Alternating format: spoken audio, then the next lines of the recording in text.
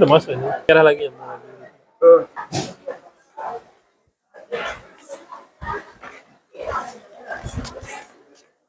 Assalamualaikum. Assalamualaikum warahmatullahi wabarakatuh.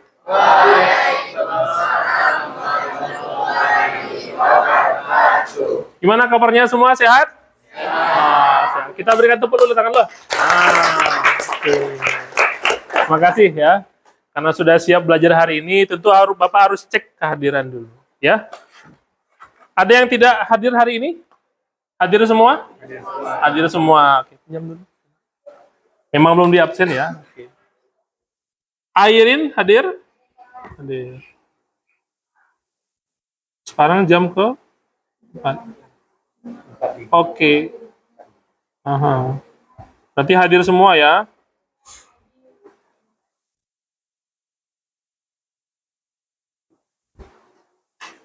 Oke, silakan ketua kelas kita pimpin dulu berdoa pada pagi hari ini. Silakan. Siap? Ya, mulai.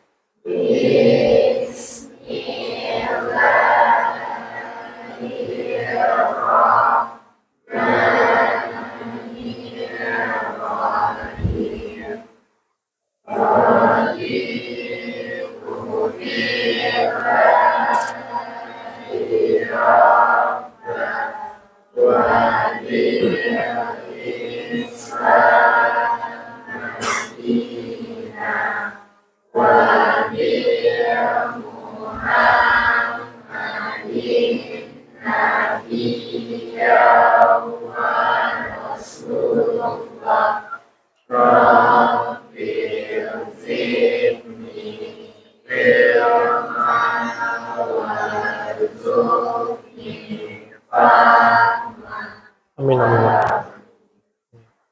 Terima kasih ya sudah berdoa pada hari ini, desa dan kota. Tapi sebelum itu, kita akan cobakan dulu pretest atau asesmen awal. Cut. Sudah ada tampilan Kahoot di depan kita semua. Silakan dimasukkan kodenya ya, 2783508. Oke, silakan. Cut dulu, cut. 3508. Oke.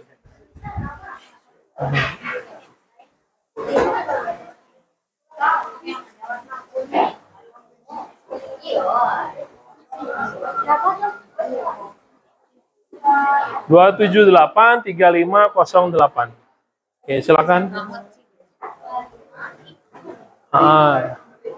Ketik Kahoot. Oke, anak-anak sekalian, sudah masuk semuanya ya, kurang lebih 35 orang. Sekarang kita mulai dulu, dan silakan bersiap-siap.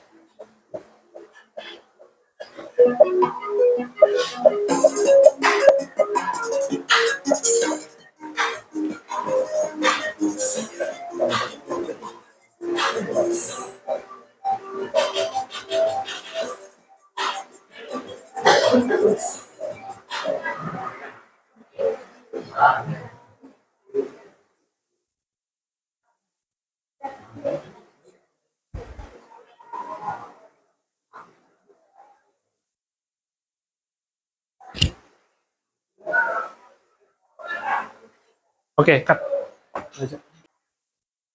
Oke, mulai? Ya, kita lanjut ya, soal kedua.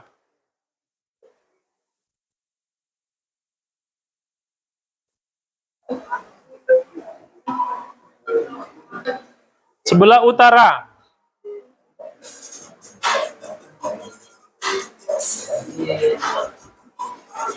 Di Maumani berbatasan dengan kecamatan apa?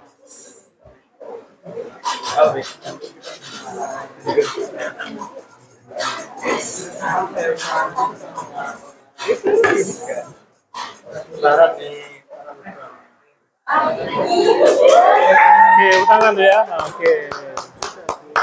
Ada 17 orang yang betul, 14 orang menjawab Lubuk Kilangan. Oke. Kita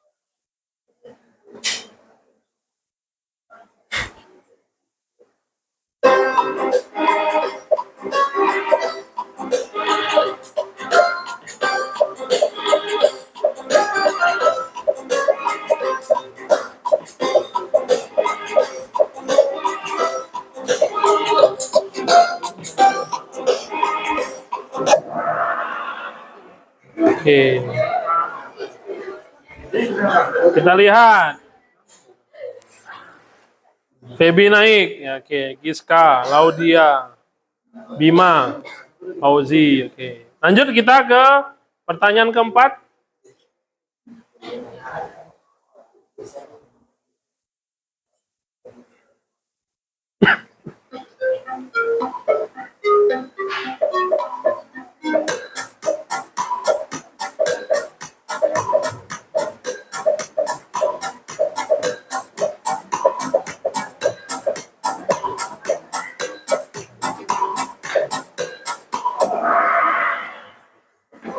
Berapa orang yang betul? Hanya 7 orang yang betul. Siapa kita lihat? Giska. Oke, tangan dulu untuk Giska. Cinta. Oke, masuk Cinta. Tata.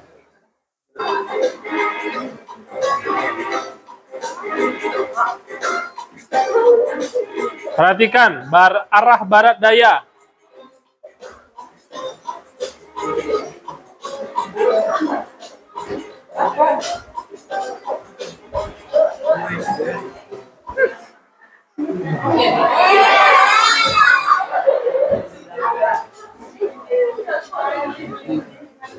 Yang betul adalah berapa orang itu yang betul? Hanya 3 orang. Siapa itu? 3. Oh, bagus berarti. Kita lihat. Siapa yang mendapatkan juara 1 pada asesmen awal ini? Yang pertama adalah nomor 3 Feby. Oke, tepuk tangan untuk Giska dulu.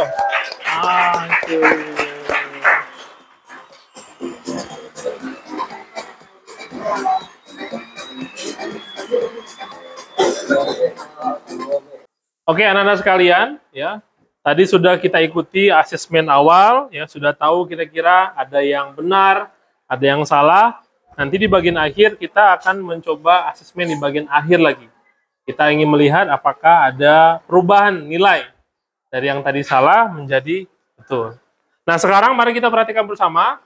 Di depan kita sudah ada materi, ya, yang berkaitan dengan interaksi desa dan kota, ya. Tujuan dari pembelajaran adanya interaksi desa dan kota itu. Sekarang kita lihat bersama. Yang pertama kita akan mempelajari struktur ruang desa dan kota. Yang kedua, seperti apa pola dan interaksinya. Pertanyaan kita di awal, ya. Apa yang terjadi antara desa dan kota selama ini? Ya, kota begitu megah terbentuk, sedangkan desa banyak ditinggalkan oleh orang-orang aslinya. Rata-rata semuanya pergi menuju ke kota. Silakan, ada yang mau memberikan tanggapan dari pertanyaan tersebut? Ya, bagaimana interaksi yang terjadi antara desa dan kota dan apa dampaknya? Ada yang mau bertanya? Silakan. Zakaria barangkali? Tidak ada? Fauzi, Fajri barangkali? Silakan. Apa? Terserah apa saja tanggapannya terhadap pertanyaan tersebut. Oke, silakan. Randy.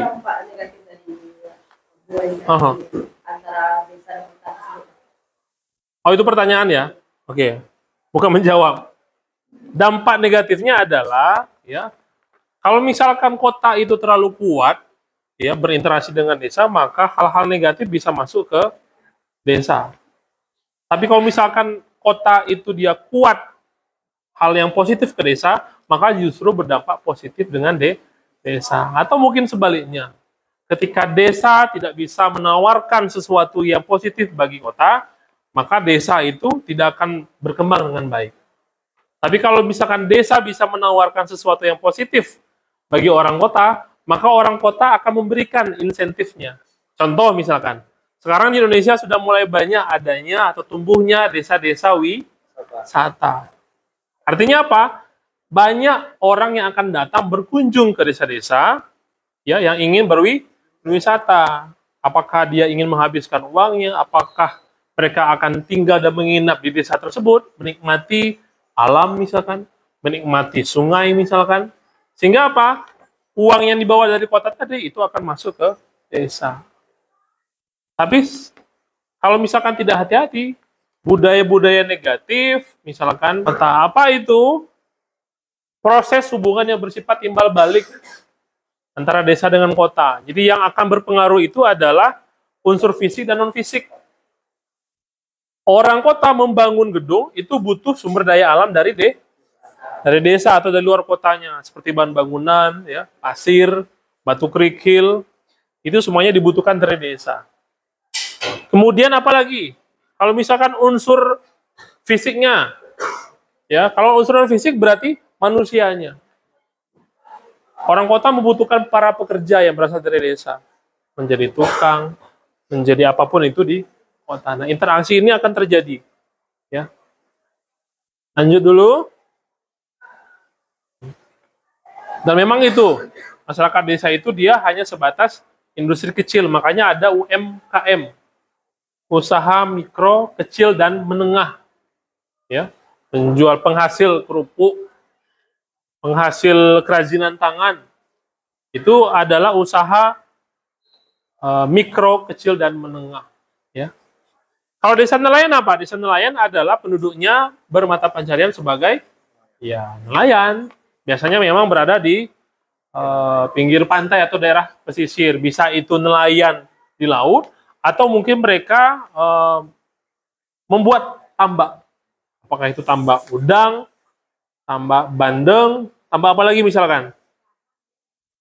Tambak ikan air tawar, nah, itu semuanya tambak. Maka digolongkan sebagai produk-produk dari desanya, kemudian dijual keluar desanya. Ya. Kemudian yang terakhir ada desa swasembada. Swasembada itu dia bisa menjual produknya ke daerah yang lebih jauh dan sudah banyak sejahtera, ya. Sejahtera dalam artian dia sudah dianggap tidak miskin lagi, ya. Banyak di desa-desa rumahnya 2 tingkat, tinggalnya di desa tapi mobilnya Hilux misalkan, bukan Avanza atau Xenia lagi, tapi silakan. Oke. Sekarang dari penjelasan materi tadi ada yang ingin ditanyakan? Silakan yang mau bertanya. Mungkin dari yang perempuan dulu, ada yang mau ditanyakan? Dari ciri-ciri desa, ya, bentuk desa dan pola desa, ada yang mau ditanyakan? Silakan. Yang perempuan ada? Tanya apa? Boleh? Silakan. Tanya apa? Boleh, silakan. Kenapa orang-orang yang walaupun dia udah tahu supaya bisa, dia ingin berubah? Oh iya, oke, terima kasih. Ada pertanyaan dari teman kita, Salsa, kenapa orang-orang yang sudah mapan di desa, ya, sudah sejahtera di desa, tapi dia masih ingin, katakanlah menuju atau mungkin tinggal di kota? Pasti ada sesuatu yang dicari. Sebelum Bapak menjawab, ada yang mau membantu Bapak menjawabnya? Kira-kira siapa? Dari Jelang dulu mungkin? Mungkin faktor pendidikan di kota lebih maju mungkin Pak, atau Ya. aksesibilitas di kota mungkin lebih tinggi. Oke, ada lagi? Silakan. Nah, oke, betul ya kata Jelang tadi. Ada sesuatu yang dicari di kota. Makanya menurut Everett Lee, ada namanya teori push and pull. Push itu apa, Push? Dorong. Pull? Ada teori Everett Lee, nama orangnya Everett Lee, namanya teori push and pull. Melatar belakangi orang itu menuju ke kota. Biasanya bersifat internal. Kalau gaya tarik atau daya tarik berarti yang berasal dari kota. Salah satunya apa daya tarik kota? Tingkat pendidikan. Ya, sudah lengkap di sana. Upah tenaga kerja tinggi. Pusat hiburan ada di kota. Apalagi? Pusat kesehatan lebih lengkap di kota. Oleh karena itu, ya, banyak hal-hal yang membuat orang desa itu mau pergi ke kota. Nah, sekarang bagaimana caranya kita membuat antara kota dan desa tadi dalam posisi yang seimbang? Desa hanya punya alam. Nah, bagaimana membuat orang kota itu juga mau ke desa dengan cara menjual alamnya? Salah satunya apa? Wisata. Itu yang tidak ada di kota, yang harus membuat warga kota itu mau menuju ke desa. Berarti desa juga harus punya, di Kalimantan mungkin juga ada. Tidak di Bandung saja. Nah, itu salah satu mengurangi sebaran atau pemusatan. Ya, bagus. Ada lagi pertanyaan? Kalau tidak ada, ya, kita akan mencoba menggali lebih dalam lagi bagaimana permasalahan yang ada di desa. Oleh karena itu, Bapak akan membagi berdasarkan kelompoknya, karena kita ada kurang lebih 38 orang. Setiap satu kelompok terdiri dari 5 atau 6 orang. Ya. Di setiap kelompok itu akan memiliki tugas dan tanggung jawab masing-masing. Ya. Yang pertama, ada 2 orang yang akan membuat peta menggunakan Google Earth. Kemudian ada 2 orang yang akan membuat makalah. Dan 1 orang yang akan membuat PowerPoint menggunakan Canva. Sekarang silakan menuju ke kelompoknya masing-masing. Kan catatan-catatan wawancara kemarin? Oh, ekonomi. Ekonomi. Udah. Udah ini aja, Marsan. Mana? Coba lihat. Yang mana? Oh ya, ini ya. Yang makalah kemarin ya. Sudah dipindahkan ke dalam apa? Sudah ke dalam laptop ya? Oke. Yang sebelah sini? Ini bahan-bahannya. Sudah dipindahkan ke laptop? Sudah ya? Oke. Oke, ada aja. Nah, ini. Lokasinya di mana? Ini, Bang. Ini 1, 2, sama sini 3. Ini di sebelah sungai itu. Oh iya. Ini objek apa ini? Objek Sawah. sawah. Ini perumahan. Yang warna pink perumahan. Ya, ini yang warna hijau sawah. Oke. Ini kayak semak-semak gitu loh, Kak. Semak atau rumputan. Oke. Sip. Oke. Nanti kalau sudah ini dipindahkan petanya ke Canva ya. 3. Assalamualaikum warahmatullahi wabarakatuh.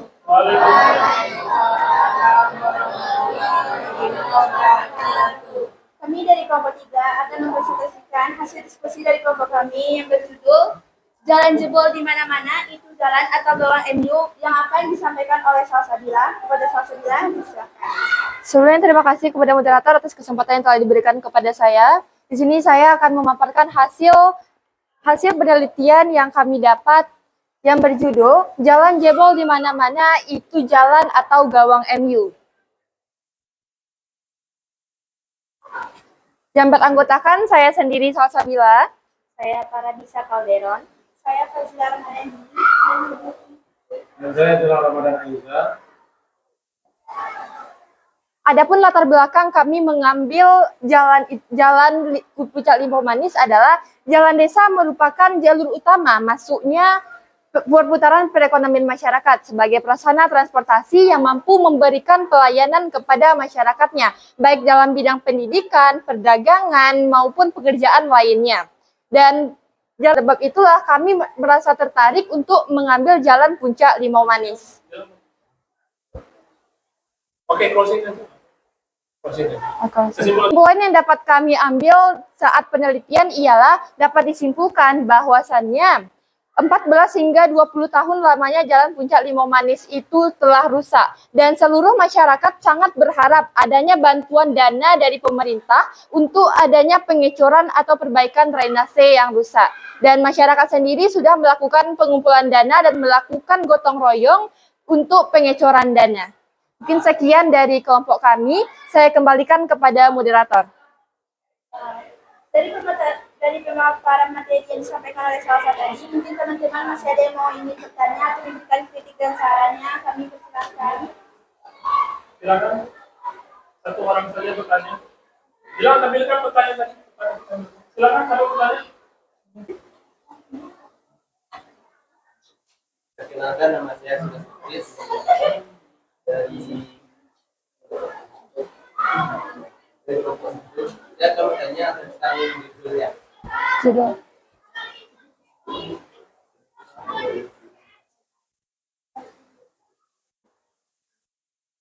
Perkenalkan, saya Odi Idris, saya berasal dari Papua. Saya ingin bertanya kepada kelompok 3. Kenapa jalan tersebut kan sudah 20 tahun atau sekitar 15 tahun, 20 tahunan belum diperbaiki? Apa faktornya jalan tersebut tidak diperbaiki sampai sekarang? Oke, Ananda, tadi sudah kita dengarkan ya penampilan presentasi dari masing-masing kelompok ya. Terima kasih atas kerja kerasnya dalam berdiskusi kemudian menyajikan hasil diskusinya. Sekarang kita berada pada bagian akhir dari pembelajaran hari ini. Bapak ingin mengetahui seberapa paham Ananda semua tentang materi pada pagi hari ini.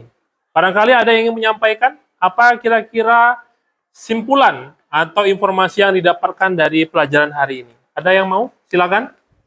Barangkali Jelang, silakan. Apa kira-kira yang didapat hari ini? Boleh berdiri, Bu. Terima kasih Pak. Mungkin sedikit bisa sampaikan simpulan bisa Jelang dapatkan pada pembelajaran hari ini adalah mungkin menambah pengetahuan mengenai interaksi desa dan kota serta mengetahui macam-macam jenis desa seperti desa swakarya, swadaya, dan swasembada, dan juga bagaimana pola interaksi serta pengaruh dari interaksi desa dan kota. Oke, terima kasih Jelang ya. Dari salah satu yang kita bisa peroleh pada pagi hari ini adalah bagaimana desa itu merupakan sesuatu wilayah yang memiliki potensi besar. Ya, walaupun ada desa yang sederhana, kita sebut dengan desa swadaya, kemudian ada desa yang sudah dinamakan dengan desa swasembada. Oke, terima kasih. Untuk itu, sebelum kita mengakhiri pelajaran hari ini, Bapak akan mengadakan post-test lagi atau mengadakan asesmen yang terakhir. Oke, silakan disiapkan handphonenya. Ketik lagi kodenya 1249846. Nah, oke. 1249846.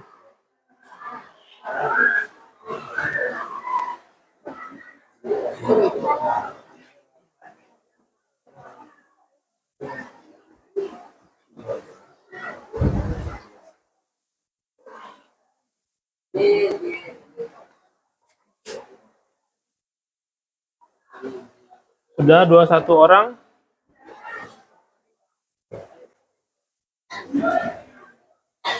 Silakan dijawab pertanyaan pertama.